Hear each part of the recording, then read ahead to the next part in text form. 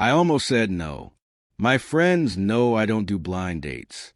I don't go on dates at all these days. I'm happier in my workshop with Harley sleeping in the sawdust than sitting in some cafe making small talk with a stranger. They call me the hermit, the lone wolf, as if there says something wrong with me. But I've never minded being alone. It's peaceful. No drama. No expectations. Just me, my work, and the quiet. Then Derek sent me a text Thursday night. Blind date. Federal Cafe. Saturday at 2. Don't bail on me. I knew what this was. Another one of their schemes. My friends think my single life is their problem to fix. Like if they push hard enough, I'll suddenly want what they want, a relationship. Someone come home to. All that. I figured it was another setup. Another woman who'd take one look at my work boots and flannel and decide I wasn't worth the effort. That's usually how these things go. But I showed up anyway, because Derek's my friend, and sometimes you do things you don't want to do. I got a Federal early, ordered coffee, sat by the window, and watched the Manchester rain come down. Then she walked in. Patricia Rollins. Blonde hair, burgundy dress, maybe 40 years old. Not what I expected. Not nervous. Not looking around like she wanted an escape route. She walked straight to my table and smiled. Nathan? And right then, I knew this wasn't going to be like the others. This one was different. If you're listening right now, help me prove something wrong. My dad said I wouldn't even reach 1,000 subscribers, but I believe stories like this deserve to be heard. Help me show him that these tales matter. Please subscribe to this channel, and let's keep breathing life into stories that were never meant to stay hidden. Now let's continue. The date started exactly how I expected it would. Awkward and forced. I'd been sitting there for 15 minutes, wondering if I could leave before she arrived and just tell Derek she never showed up. But then Patricia walked in, and I lost that option. She introduced herself and apologized for the parking issues. I told her it wasn't a problem, even though I'd been there early enough to watch 3 different couples come and go. We both knew our friends had set this up. Her sister and Derek apparently thought they were doing us a favor. The thing was, Patricia didn't seem to want to be there any more than I did. She admitted straight away that she was happy with her life. She had her work as a graphic designer, her cat named Fitzgerald, and her routines. She didn't feel like anything was missing. I told her I felt the same way, except I had a dog named Harley and a 7-year-old daughter named Whitney. That's when things changed. Patricia didn't do what most women did when I mentioned Whitney. She didn't get that look in her eyes like she was calculating whether dating a single dad was worth the trouble. She didn't ask the usual questions about where Whitney's mother was or whether I had baggage. She just said Whitney sounded wonderful and asked what kind of things she liked to build. We talked for over an hour, not about the usual first date stuff. We talked about how exhausting it was to have conversations with people who only wanted to talk about themselves. We talked about Manchester and how different it was from where we'd both grown up. Patricia had moved here 6 months ago from Sheffield. She said she needed a fresh start, which I understood completely. The strange thing was how comfortable it felt. I'm not good at talking to people I don't know. I usually run out of things to say after about 10 minutes. But with Patricia, the conversation just kept going. She had this way of listening that made you feel like what you were saying actually mattered.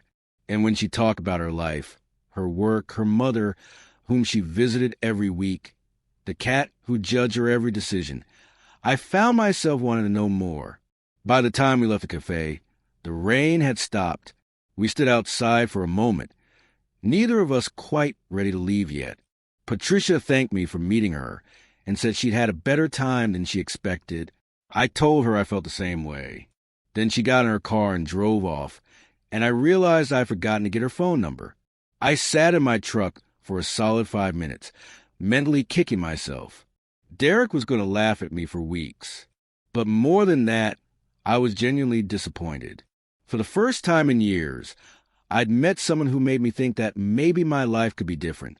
Maybe I didn't have to be the lone wolf forever. I texted Derek that night and asked for Patricia's number. He sent back 3 laughing emojis, and then her contact information. I saved in my phone, but didn't call right away.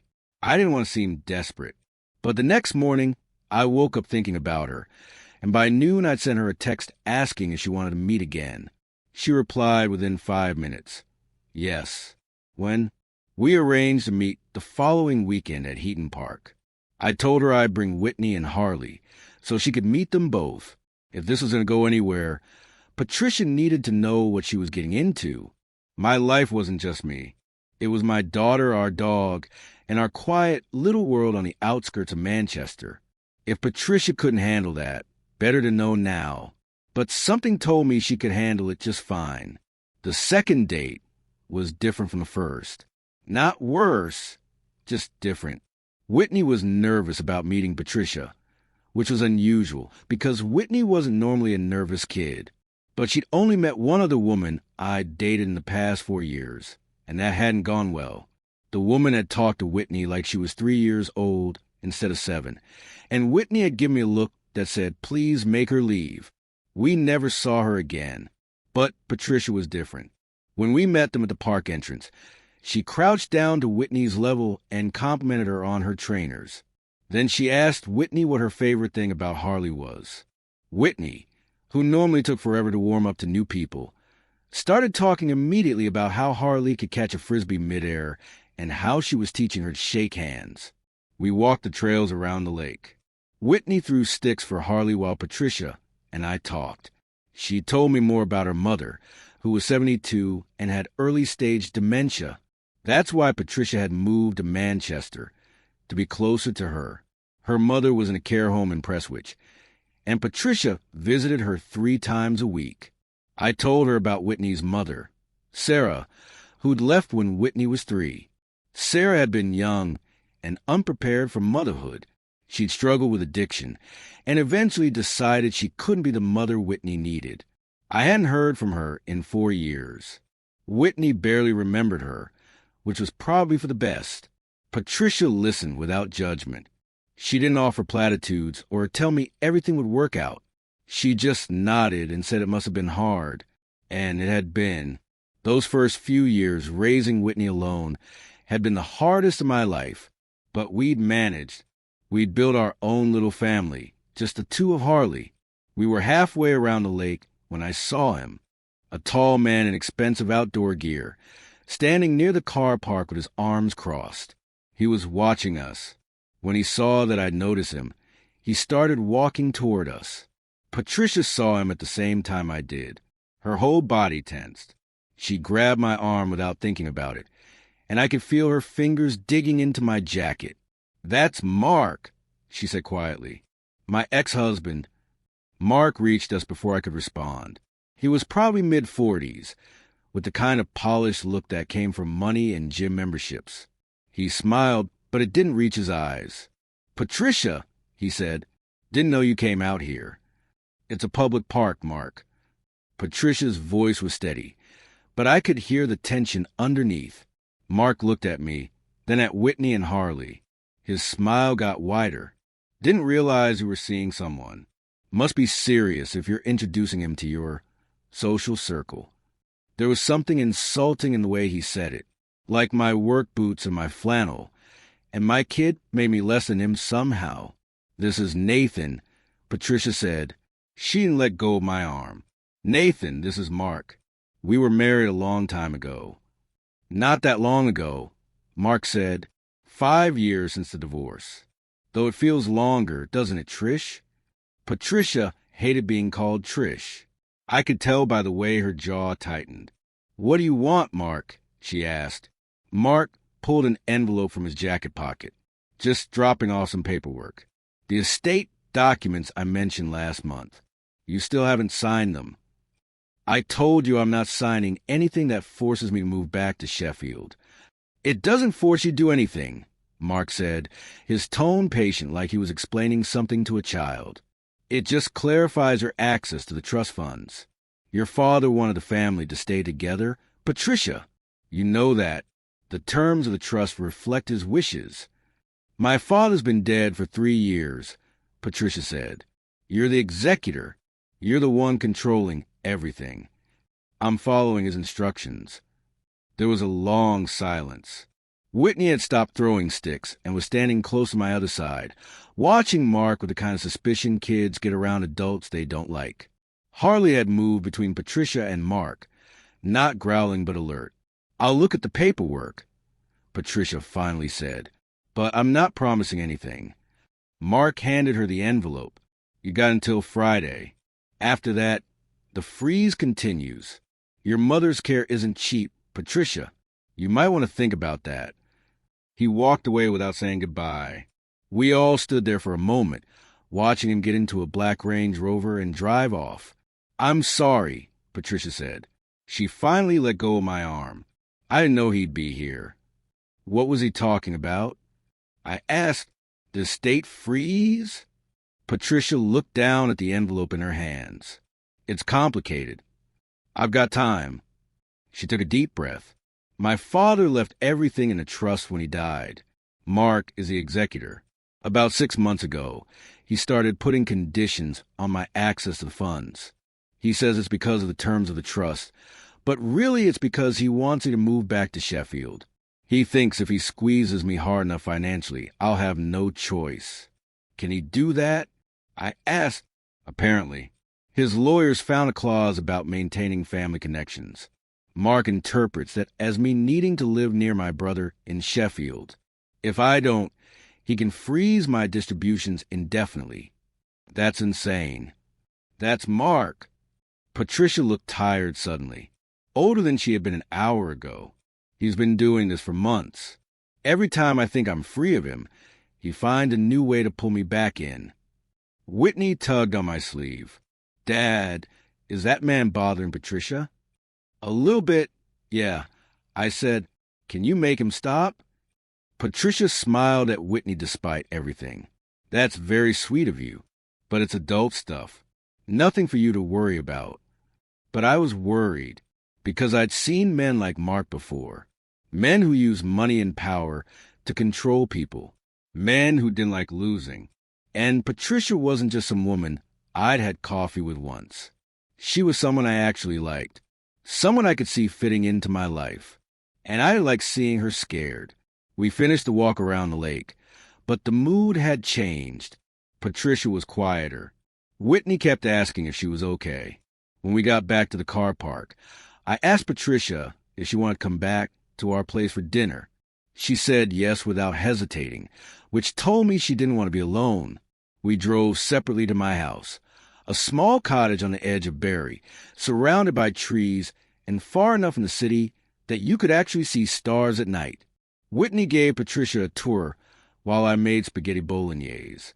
Harley followed Patricia from room to room, like she decided this woman was worth protecting. Over dinner, Patricia relaxed a little. Whitney told her about school, her best friend Emma, and the tree house I was building in the back garden. Patricia listened as every word mattered. She asked questions. She laughed at Whitney's jokes. And by the time dinner was over, I realized something. Patricia fit. She fit into our life as if she'd always been there. But as I drove her back to her car later that night, I couldn't stop thinking about Mark, about the envelope sitting on Patricia's passenger seat, about the way he'd looked at me like I was nothing. Men like Mark didn't give up easily. And if Patricia really wasn't going to sign those papers, things were going to get worse before they got better. I just didn't realize how much worse. If you're listening right now, help me prove something wrong. My dad said I wouldn't even reach 1,000 subscribers, but I believe stories like this deserve to be heard. Help me show him that these tales matter. Please subscribe to this channel, and let's keep breathing life into stories that were never meant to stay hidden. Now let's continue. Patricia came by the house unannounced on Thursday afternoon. I was in the workshop, sanding down an oak dresser, when I heard her car pull up. Harley barked once, then wagged her tail, which meant she recognized a visitor. I found Patricia sitting in her car with the engine off, staring straight ahead. She looked like she'd been crying. I knocked on the window. She jumped, then rolled it down. "Sorry," I said. "Didn't mean to startle you. You okay?" Can we talk? She asked. Inside, I made tea while Patricia sat at my kitchen table. She hadn't said a word since we came inside, just sat there with her hands wrapped around the mug, staring at nothing. Mark came to my flat last night, she finally said. He let himself in with a key I didn't know he still had. Anger flared in my chest. Did he hurt you? No, nothing like that. He was checking on me. That's what he said. He wanted to make sure I was doing okay. Patricia's laugh was bitter. Like I'm a child who can't be trusted to take care of herself. You should call the police. I can't. Patricia set down her tea. Nathan, there's something I haven't told you. About why I really moved here. About my mother. I sat down across from her. Patricia took a deep breath. My mother isn't just in a care home because of dementia. She's there because I'm hiding her. From my brother. From his lawyers. From people who want to shut her up. I didn't say anything. Just waited for her to continue. My brother David is the CFO of a pharmaceutical company in Sheffield. Rollins Biomedical. 8 months ago, the Serious Fraud Office started investigating them for securities fraud. They've been cooking the books for years, inflating trial results, lying to investors. My mother was their senior accountant before she retired 5 years ago. She kept copies of everything, spreadsheets, emails, internal memos. She knew what they were doing was illegal, but she didn't know how to stop it. The pieces were starting to fit together. She's a witness. The star witness, Patricia said. The SFO's entire case depends on her testimony. But David's lawyers have been trying to get to her for months. They've offered her money. They've threatened her. When that didn't work, they started pressuring me. That's when Mark got involved. Mark works for your brother? Mark's law firm represents Rollins Biomedical. He's not the lead lawyer, but he's involved. When I wouldn't tell them where my mother was, Mark started using the estate trust to force my hand. He thought if he cut off my money, I'd have to bring her back to Sheffield. Patricia's hands were shaking. So I moved her here. I found a small care facility in Prestwich, registered her under my maiden name, and told everyone she was in Spain recovering from a stroke. No one knows she's here except me. And now Mark knows you're spending time with me, I said slowly. In Barry. He's going to figure out, Patricia said, if he hasn't already. He'll hire someone to follow me. They'll find out about you and Whitney, and then they'll use that against me. I sat back in my chair. This was worse than I'd thought. Much worse. I'd assumed Mark was just a controlling ex-husband, but this was organized, professional, and if Patricia's brother was desperate enough to hide corporate fraud, he was desperate enough to do anything. Does your mother know she's in danger? I asked. She knows, but she wants to testify. She says it's the right thing to do, even if it destroys the family, even if David goes to prison. Patricia wiped her eyes. I should have told you all this before you got involved, before Whitney got involved. But I was selfish. I liked you. I liked being here. I liked pretending I could have a normal life. Hey, I said, look at me. Patricia looked up. This doesn't change anything. I told her, you're not doing anything wrong. Your mother is doing the right thing. And if Mark and your brother think they can intimidate you into giving her up, they're wrong. Nathan, you don't understand. These people have resources, lawyers, money. They'll come after anyone connected to me. Then let them come, I said. I'm not afraid of your brother's lawyers. What about Whitney? That stopped me, because she was right. This wasn't just about me. It was about my 7-year-old daughter, who didn't ask to be dragged into someone else's family drama. But I looked at Patricia sitting across from me, vulnerable and scared and still trying to do the right thing. And I made a decision. Whitney's safe, I said. She's at school during the day. She's with me every night. And I know people, my brothers in the police. I got friends who owe me favors. If anyone comes near her, they'll regret it. You do that? Patricia asked. You'd risk that for someone you barely know? I know enough, I said. I know you're trying to protect your mother. I know you move your whole life to keep her safe. I know you're brave enough to stand up to your ex-husband and your brother and whoever else they send. That's enough for me. Patricia started crying then. Real crying, not the quiet tears from before. I moved around the table and put my arms around her, and she leaned into me like she'd been holding herself together for months and finally had permission to fall apart. We stayed like that for a long time. Harley came over and rested her head on Patricia's knee. The kettle whistled on the stove. And outside, the Manchester sky started to darken with the promise of rain. When Patricia finally pulled away, she looked at me with something like hope in her eyes. "What do we do now?" she asked. "Now," I said. "Now we make a plan. We call my brother. We talk to a lawyer about protecting your mother. We make sure Mark and David know that you're not alone anymore. And then we see what happens," I said. "But whatever it is, we handle it together." Patricia nodded. She finished her tea. She told me the name of the care facility where her mother was staying and the fake name she'd registered under. She gave me her brother's full name and the name of Mark's law firm. She told me everything she'd been carrying alone for months.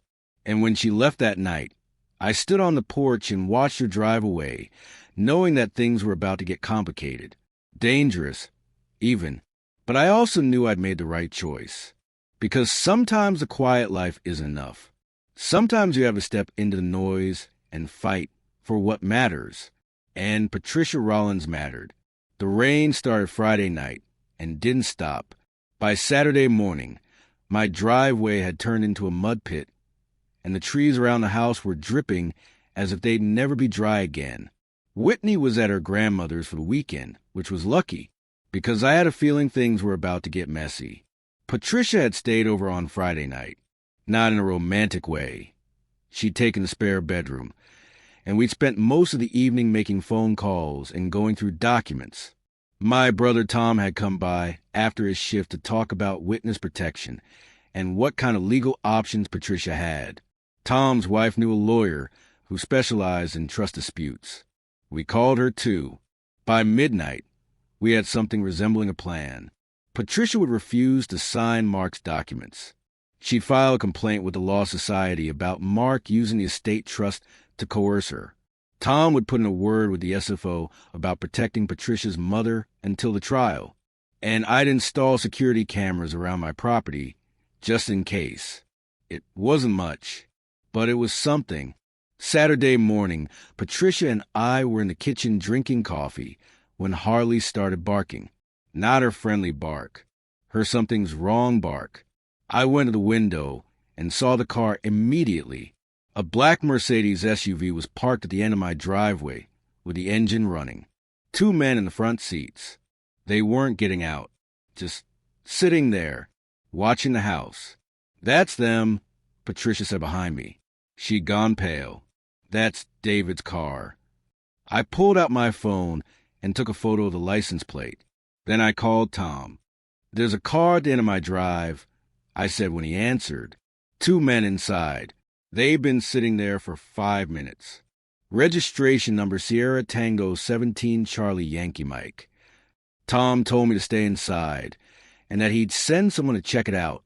But before he could hang up, the men got out of the car. They were both in their 30s, wearing dark coats and the kind of blank expressions that told me they'd done this before. One of them stayed by the car. The other started walking toward the house. "They're coming to the door," I told Tom. "Don't open it," he said. "I'm 5 minutes away." I hung up and turned to Patricia. "Go upstairs. Lock yourself in the bedroom. Don't come down until I tell you it's safe. Nathan, please." I put my hands on her shoulders. "I need to know you're safe. I can't do this if I'm worried about you." Patricia nodded and went upstairs. I heard the bedroom door close and lock. The knock came 30 seconds later. 3 sharp raps on the front door. I opened it but kept the chain on. "Can I help you?" The man on my porch smiled. It was the kind of smile that didn't mean anything good. "Nathan Gigliotti?" "Who's asking?" "My name's Simon Wheeler."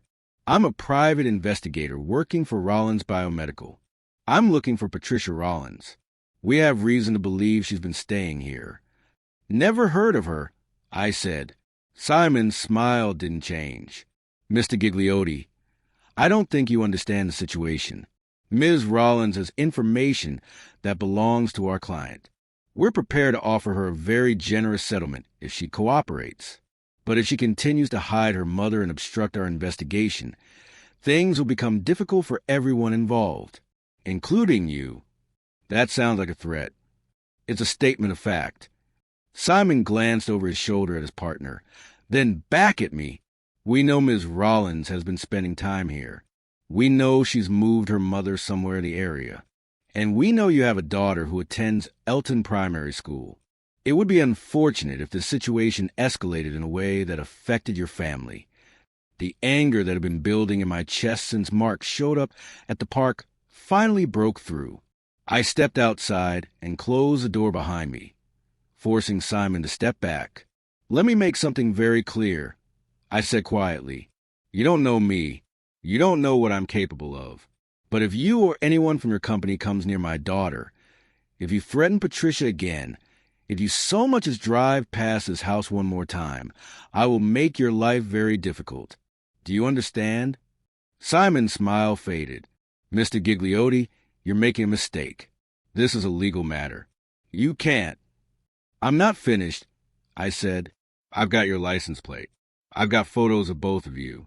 And my brother's a police officer who's already on his way here. So you got about 3 minutes to get in your car and leave before this becomes a police matter instead of a private one." Simon stared at me for a long moment. He was trying to decide if I was bluffing, but I wasn't. I'd grown up in a rough part of Manchester. I'd dealt with men who thought they could intimidate me. And I'd learned a long time ago that the only way to deal with bullies was to stand your ground and not blink. Finally, Simon stepped back. "This isn't over." "Yeah, it is," I said. "Tell David Rollins that Patricia's not giving up her mother. Tell Mark to stop using the state trust as leverage. And tell whoever's paying you that they picked the wrong person to threaten." Simon and his partner got back in their car and drove away just as Tom's police car came up the road from the other direction. I waved him down and told him what happened. He took a statement, ran the plates. The car was registered to a private investigation firm in Sheffield, and told me he'd file a report about threats. When I went back inside, Patricia was standing at the top of the stairs. "Did you hear all that?" I asked. She nodded. "Thank you." "Don't thank me yet," I said. "This is just the beginning. They're going to keep coming until the trial's over." "I know." Patricia came down the stairs. She looked tired but determined. But at least now I'm not facing alone. We spent the rest of the day fortifying the house. I installed the security cameras. Tom brought over some motion sensor lights. We changed the locks and made sure all the windows had secure latches. By evening, the place looked less like a cottage and more like a small fortress.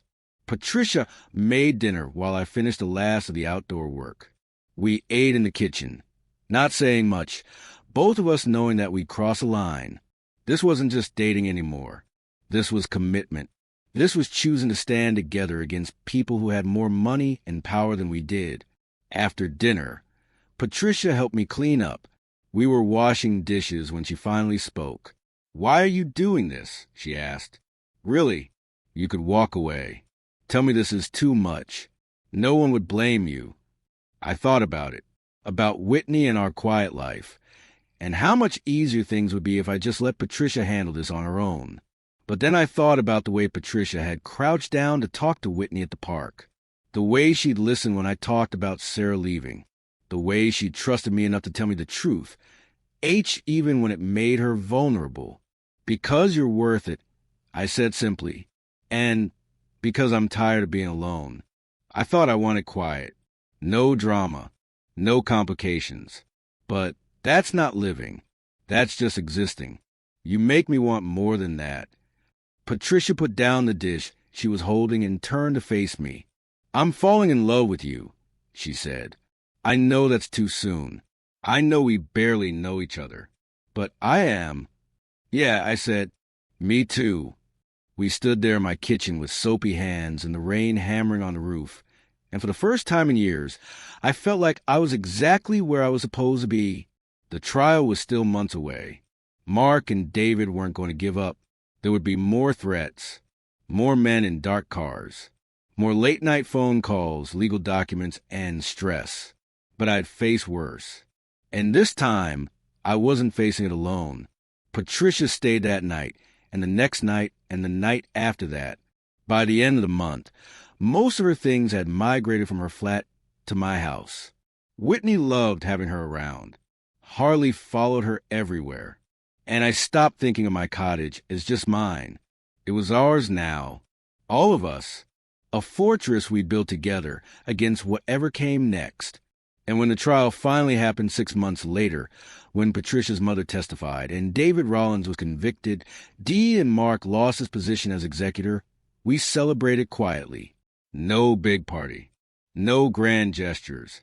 Just the four of us, me, Patricia, Whitney, and Harley, sitting on the back porch watching the sunset over the trees. What now? Patricia asked, leaning against my shoulder. Now, I said. Now we live. And we did. Slowly. Steadily. Together. The way it was always meant to be. The story teaches that true strength isn't found in isolation, but in the courage to let others into your life, even when it comes with risk and complications.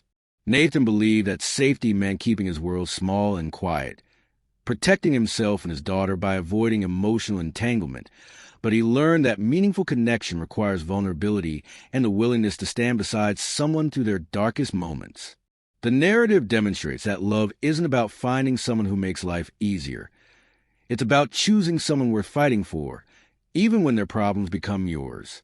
It also shows that bullies and manipulators, whether ex-husbands or corrupt corporations, prey on isolated targets, but their power diminishes when people refuse to face threats alone and instead build networks of support through family, friends, and legal resources.